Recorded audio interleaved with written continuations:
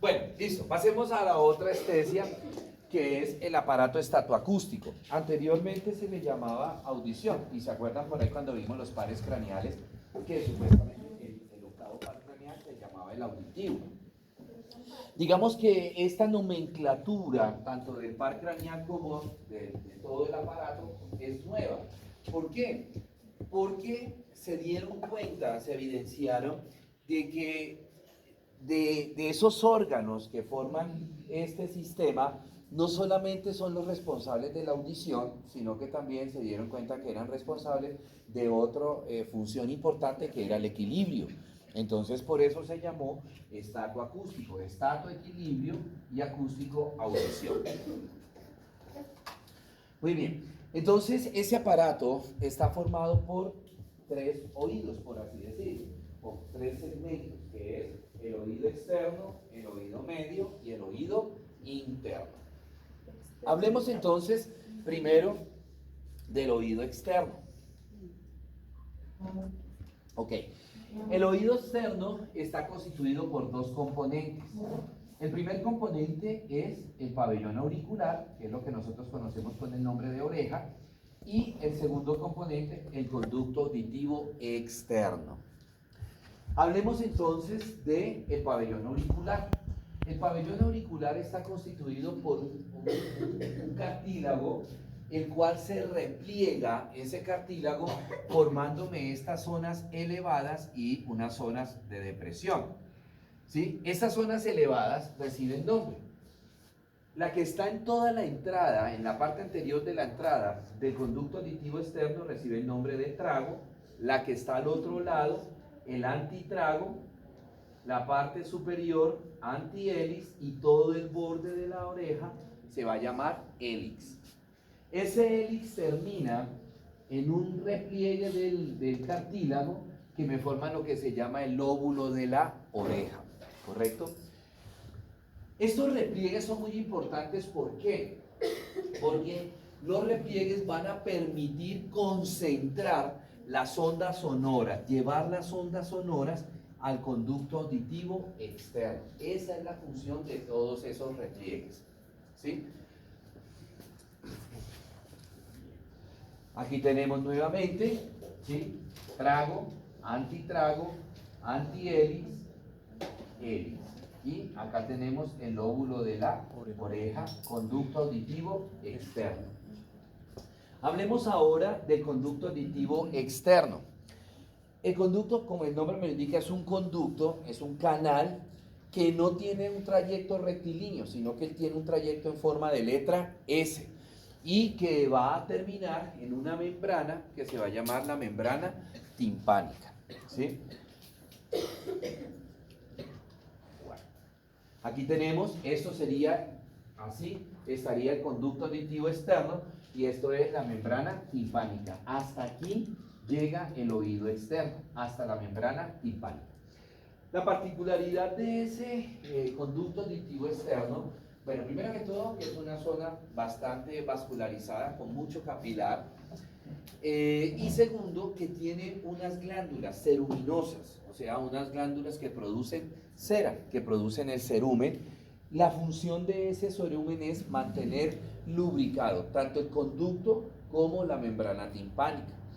En algunas ocasiones hay pacientes que tienen hiperproducción, ¿sí?, de ese cerumen, y es cuando se me forman los tacos de cerumen, es cuando se forman esos conglomerados de cerumen que tienen la particularidad, dos cosas. Primero, que se van a adherir a la membrana timpánica, y dos, que se deshidratan, ¿sí? Se van deshidratando, por eso son tacos que son difíciles de remover, que no sé si en algún momento les había dicho que para limpiarse el oído no es aconsejable con los copitos. ¿Por qué? Porque el copito me puede limpiar el cerumen que está alrededor, pero el cerumen que está por delante del cotón, por delante del copito, lo que hago es empujar ese cerumen y lo impacto aquí en la membrana timpánica.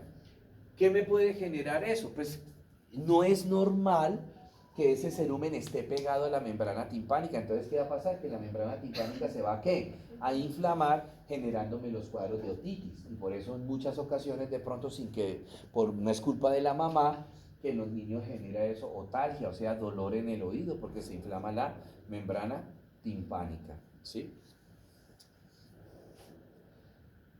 Bueno, ok, viene el oído medio, que es la segunda porción, ¿sí? El oído medio tiene forma de un rectángulo, es un cubo rectangular. ¿Qué particularidad tiene ese cubo? Que desde su origen hasta su culminación es atravesado por un nervio que es una rama del séptimo par craneal, y ese nervio se llama la cuerda del tímpano. Ese nervio es el que prácticamente lleva el dolor cuando los pacientes tienen inflamación de la membrana timpánica, cuando el paciente tiene una otitis media o una otitis externa. En ese oído medio encuentro 3 huesecillos, ¿sí? Que son los huesos más pequeños del cuerpo humano, que de lateral a medial está el martillo, que es el que se fija a la membrana timpánica. El martillo se une con el yunque y el yunque se une con el estribo, ¿sí? Esos son los 3 huesecillos. Ahí voy a encontrar, además del nervio de la cuerda del tímpano, voy a encontrar 2 músculos. Un músculo que se llama el estapedio y otro músculo que se llama el tensor de la cuerda del tímpano o el tensor del estribo, ¿correcto? Muy bien, eso tiene unos límites, ¿sí? Este rectángulo tiene unos límites. El límite anterior del oído medio, la membrana timpánica. Es decir, la membrana timpánica es el límite entre el oído externo y el oído medio. La membrana timpánica sería el límite posterior del oído externo y sería el límite anterior del oído medio, ¿correcto? El límite superior está excavado a nivel del hueso del arroco peñasco del temporal en una estructura en forma cóncava que se va a llamar el tegmen tímpano.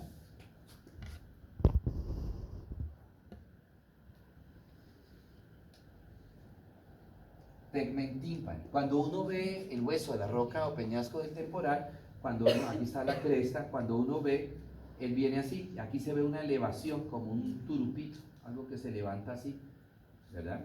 Eso es esto. Aquí estaría el oído medio, ¿sí?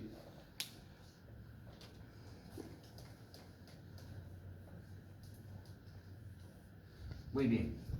El límite posterior está relacionado con 2 orificios.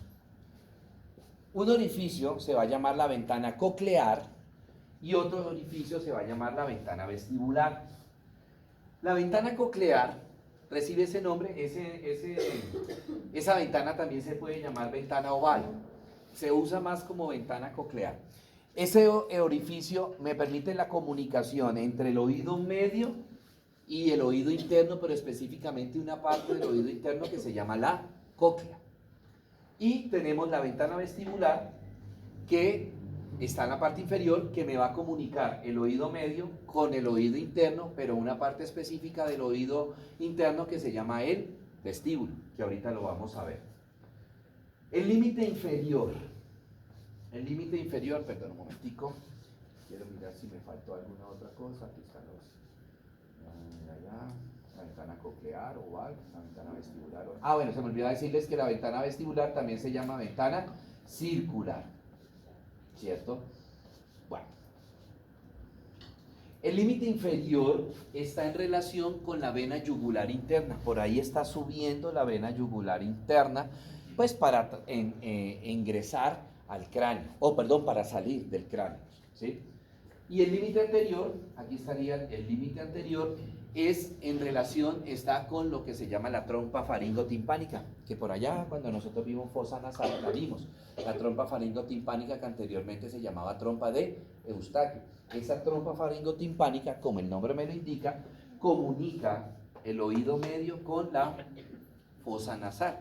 Por eso cuando nosotros decimos tenemos el oído tapado, ¿qué hacemos? Aumentamos la presión dentro de esa trompa que sería así, dentro de la trompa, y esa presión me abomba el cristalino, la membrana timpánica, y uno siente cómo se abomba, uno siente ese ruidito como chiqui, ¿sí?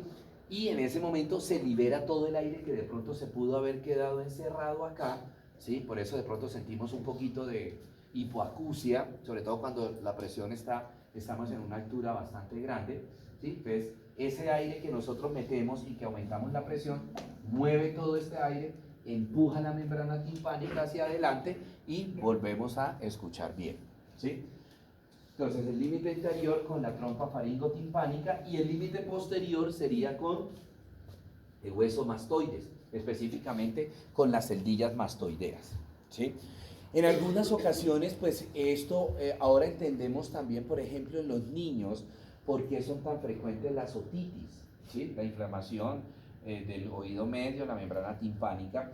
¿Por qué? Porque a través de esa trompa faringotimpánica, los moquitos que tiene el niño, si no se suena, van a ir drenando por la trompa, van a ir drenando por la trompa, van a ir drenando y caen acá, al oído medio, ¿sí? Y me generan inflamación del tímpano, me generan los cuadros de otitis, que en algunas ocasiones se pueden acompañar por perforaciones de la membrana timpánica. Ahora, ese moco, ¿sí? Es moco y como tal tiene ¿qué? Bacterias, ¿sí? Entonces se puede convertir en ¿qué? En pus.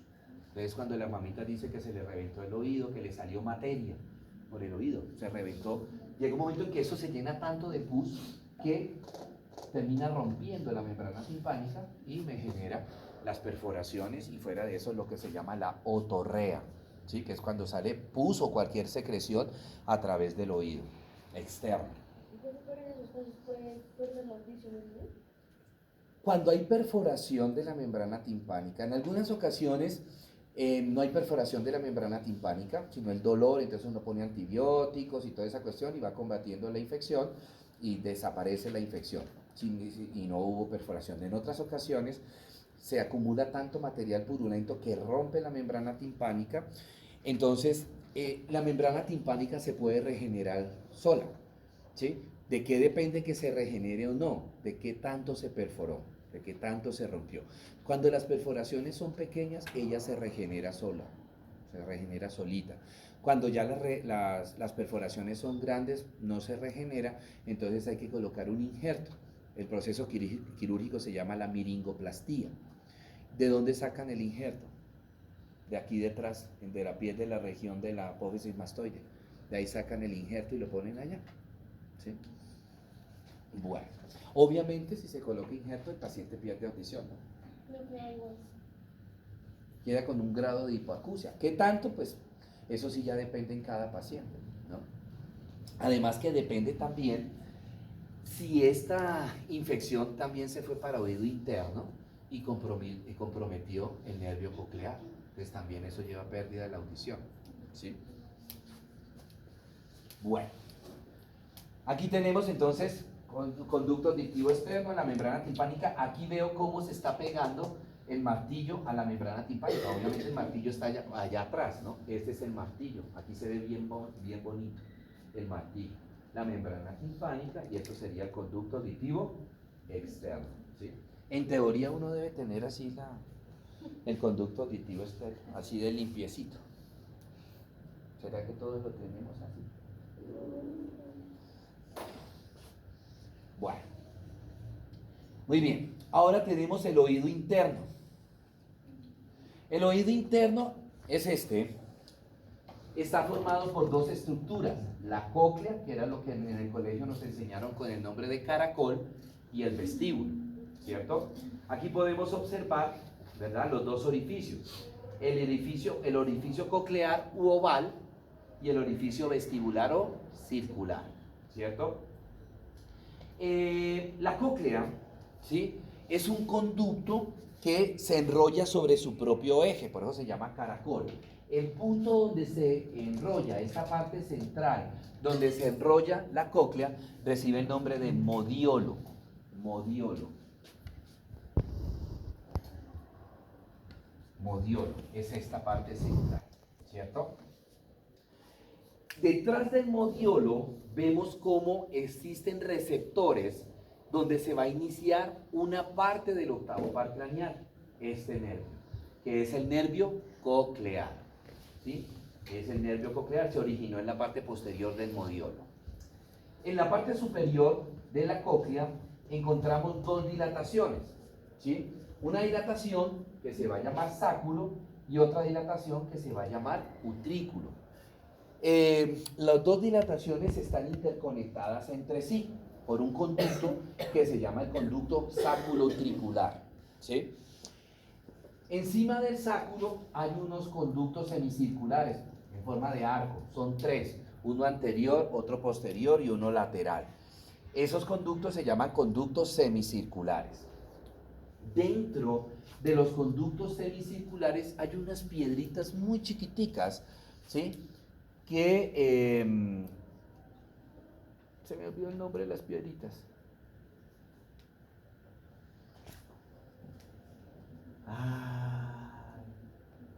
Perdón, lo busco porque se me olvidó el nombre de las piedritas.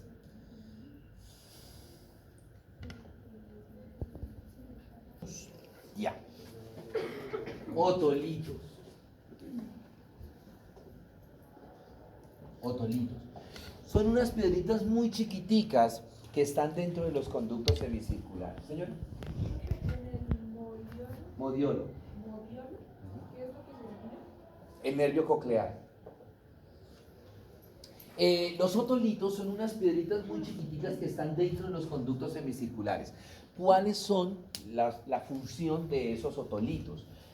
La función es que ellos se reacomodan dentro de los conductos semicirculares en la medida que nosotros movemos la cabeza. Por mínimo que sea el movimiento de nuestra cabeza, los otolitos se reacomodan dentro de los conductos semicirculares. ¿Para qué? Para mantener el equilibrio de las personas, ¿sí? Detrás de esos conductos semicirculares hay unos terminaciones nerviosas que dan el origen al segundo nervio que forma el octavo par craneal, que es el nervio vestibular. Este es el nervio coclear, este es el nervio vestibular. Por eso el octavo par craneal se llama vestíbulo coclear o funcionalmente estato acústico, ¿cierto?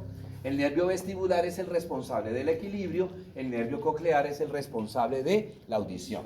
No sé si a alguno de ustedes les ha pasado que de pronto se están limpiando los oídos con copito y en un momento determinado sienten mareo. ¿Sí? ¿Cómo? Sí, pero eso ya es el postural. ¿Qué pasó? Que golpeé acá el músculo, el nervio, la cuerda del tímpano, y me llevó la información al nervio vestibular y por eso se generó el mareo, por así decirlo, ¿verdad? Ahora bien, este oído interno, por dentro, ¿sí? Y por fuera, tiene una membrana. Entonces, tiene unos laberintos. Este es el laberinto óseo y por dentro está el laberinto membranoso. Por fuera y por dentro de ese oído interno hay un líquido, ¿sí? El líquido que está aquí bañando esta parte del oído externo se llama perilinfa y por dentro está la endolinfa. ¿De dónde sale ese líquido? Es un ultrafiltrado del plasma, es un ultrafiltrado del líquido cefalorraquídeo, ¿correcto? Endolinfa y perilinfa. Ahora entendemos, por ejemplo, ustedes han escuchado esa enfermedad, vértigo. Sí. Hay muchas personas que dicen, no, es que yo sufro de vértigo. ¿Qué pasa en esas personas que sufren de vértigo? Que esos otolitos no se están moviendo. Y por eso la persona mueve, así sea tantico la cabeza, inmediatamente le da mareo. ¿Sí? Inmediatamente le da el mareo. ¿Por qué? Porque los otolitos se quedaron fijos. Tienen que reacomodarse. Siempre que nosotros movemos la cabeza, los otolitos tienen que reacomodarse. ¿Cuáles pueden ser las posibles causales de que esa paciente sufra de vértigo? Uno, esos pacienticos que durante la infancia sufrieron mucho de otitis, sufrieron mucho de los oídos, dolor de oído, inflamaciones del oído, toda esa cuestión, entonces van llevando a largo plazo que esos otolitos pierdan movimiento dentro de los conductos semicirculares. Otra causal, una coartación de la arteria carótida, ¿sí? De la arteria carótida interna. Entonces disminuye la irrigación acá para el oído interno, disminuye la irrigación. Al disminuir la irrigación, esa región entra en hipoxia, una baja perfusión de oxígeno y los otolitos pierden movimiento. Entonces cuando la persona mueve la cabeza le va a generar el vértigo, ¿cierto? Otra causal puede ser por envejecimiento natural. Si ustedes se dan cuenta, las personas adultos mayores sufren mucho de vértigo, independiente de pronto son personas que uno les indaga que si de pronto durante la infancia sufrieron de otitis, no, ¿sí? Entonces puede ser por el envejecimiento natural, por el envejecimiento normal, ¿sí, señora? ¿Qué se puede hacer para que Existen unos ejercicios que le mandan a hacer a la persona. Cuando se determina que la causa del vértigo del paciente es por el oído, ¿sí? Porque es que hay otras causas que generan el vértigo, por ejemplo, que el paciente tenga el colesterol, el triglicérido aumentado, por ejemplo, que tenga una coartación de la carótida interna. Entonces, cuando la causa es por el oído, se llama síndrome de Meniere, ¿sí? Síndrome de Meniere. Entonces, cuando se determina que la causa radica acá, en ese síndrome, ¿y cómo se determina? Al paciente se le hacen unos exámenes que se llaman potenciales evocados y se le hace la mesa basculante. Entonces, al paciente lo acuestan como en un quirófano, como en una mesa, y ponen a girar la mesa. ¿Sí? Como estuviéramos por allá en un parque de diversiones, ¿no? Y miran en qué momento o qué tanto tiempo transcurre entre la mesa está girando y la mesa gira, primero que todo en diferentes sentidos, y segundo, bascula, ¿sí? Hacia arriba, hacia abajo. Entonces, miden el tiempo en que el paciente se inicia el movimiento de la mesa y el paciente refiere que tiene el vértigo. Entonces ahí se determina si la causa está en el oído. Esos pacientes que tienen síndrome de Meniere, a los pocos minutos de haber iniciado el movimiento, dicen: yo pare que soy borracho, estoy que me vomito, ¿sí? Entonces la causa está en el oído, ¿sí? Entonces, cuando se determina que la causa del vértigo es un síndrome de Meniere, existen unos ejercicios que le ponen al paciente para reacomodar los otolitos o como para reactivar los otolitos, movimientos de la cabeza, movimientos suaves hacia los lados, hacia arriba, hacia abajo, en movimientos circulares. Lo ponen al paciente que ponga una silla, ¿sí? Y que camine primero hacia adelante, por así decirlo, despacito, que vaya caminando hacia adelante. Cuando llegue a un momento determinado, que camine pero ahora hacia atrás, ¿sí? Que camina hacia atrás. Entonces, esos ejercicios, hay muchos otros ejercicios más. Esos ejercicios como que activan los otolitos y empiezan los otolitos nuevamente a aprender a reacomodarse a través de esos ejercicios y disminuye el vértigo. ¿Puede volver a repetir el vértigo? Sí. Prácticamente se puede decir que esos ejercicios les tiene que el paciente hacerlos de por vida. No todos los días, cuando ya el vértigo va disminuyendo, ¿sí? O desaparece el vértigo, no hay necesidad que el paciente lo haga todos los días, pero sí de repente se les dice que 1 o 2 veces a la semana hagan los ejercicios, para que como que los otolitos no vuelvan a perezarse y otra vez se queden estáticos, ¿verdad? Ok, preguntas, chicos. Profe, con ese estudio de la mesa basculante también se revisan los síncopes por cardiopatías y todo. Claro. Claro. Preguntas, chicos, dudas, inquietudes.